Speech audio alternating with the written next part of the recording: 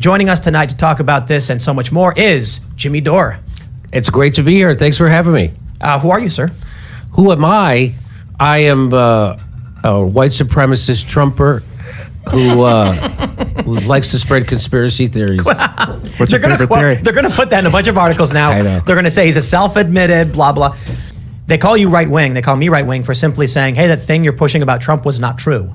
Not that we're like saying he's the greatest guy ever, although I've praised the guy in later years. But early on, I'd rag on the guy, but be like, hey, those are lies. And they would say, you're right-wing now. Because if you take 10 seconds, like I'll give you the example. Donald Trump called white supremacists very fine people. Never happened.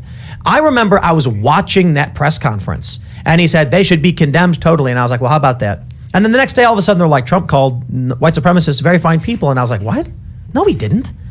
Someone like Cenk Uygur or Anna Kasparian, if they come out and tell people the truth, like you mentioned with Paul Manafort, they're going to lose money. A lot of it, they're going to get attacked. They're going to lose street cred. So they opt for, I'm just going to say what the audience wants to hear. Well, it's amazing how people have no idea what's going on in Ukraine. But what's worse is they have no idea that they have no idea what's going on in Ukraine. And what's going on in Ukraine is a proxy war that we've been planning for years and years to put an economic hurt on Russia. So when corporate America media tells the story about Ukraine, they start at Putin's invasion. They don't start with the coup that the CIA and the right-wing Nazis in Ukraine pulled off to overthrow a democratically elected president of Ukraine. And then the people who were the Russian speakers in the eastern part of Ukraine didn't want to go along with a coup government, so they didn't want. So that's when Ukraine starts bombing the hell out of them, and so they killed 16,000 people. So they never talk about this in the corporate media. So, and also Ukraine was going to join NATO. Everybody's known for decades that if that happened, that would trigger Putin or Russia to do something. Everybody from Chomsky to Henry Kissinger has said that. This is a political reality. This isn't about who's right or wrong.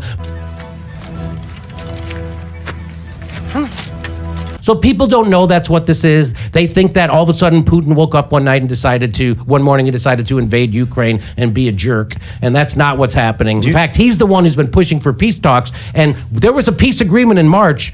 NATO sabotaged it because they don't want a peace agreement. They want to put an economic hurt on Russia, and they don't care how many Ukrainians get slaughtered to do it. The Ukrainians are just cannon fodder for an economic war pushed by the West and NATO. War.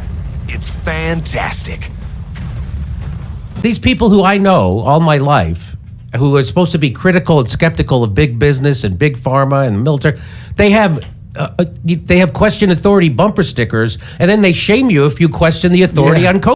It's like, what is going on? People who still think that we haven't landed on the moon don't want you to question the COVID narrative. Mm-hmm. It's the craziest thing. I don't know what happened, but everybody I know who were the biggest cynics, comedians, they lost their cynicism. They lost their healthy sense of skepticism about people who we've always known were the biggest corrupt criminals in the world. Tim, you know that. I mean, when I say criminals, I mean, did they put asbestos in baby powder and then sell it to poor people after they got fired? Yes, that's the kind of they did. I mean, they put AIDS-tainted stuff in blood and sent it to poor countries. Yes, they did. They gave people AIDS. Did they sell you heart medicine they knew was going to give you a heart attack? Mm-hmm. Yes, they knew it, and they did it anyways. So what would be any different than now? It turns out nothing, except I'm sorry. Effing nothing, but they have more control of the media. How much does they made $100 billion off of? That's it. One company, Pfizer, made $100 billion off of. Do you know how much the entire recorded music industry makes in the United States? $12 billion a year. $12 billion. Every record, everything. That's how much they made off of one. So do you know what kind of power that gives you? That gives you the power to buy every person in the media, which they did. They bought everybody in the government, which they did. They just got in California. They passed a law telling doctors they're not allowed to practice medicine that goes against what Big Pharma says when it comes to. And if they do, they're going to get fined. That's what they're taking the ability to practice medicine away from doctors because they're so corrupted. Yep. I mean, that's the end of the show, everyone. Thanks for coming. That's just the beginning. We've been lied to about COVID on a scale that our brains can't even comprehend. And people are just now starting to comprehend. You're exposing the game that there really is only one party. We have a uniparty because, as Ralph Nader said 20 years ago, the only difference between a Democrat and a Republican is how fast their knee hits the ground when a donor enters the room. Wow. And so this is the world we're living in, right? The stuff that we were supposed to be afraid of Donald Trump doing, Joe Biden is doing, and the corporate media gets America to cheer it on because they don't know they're the most propagandized people in the entire world.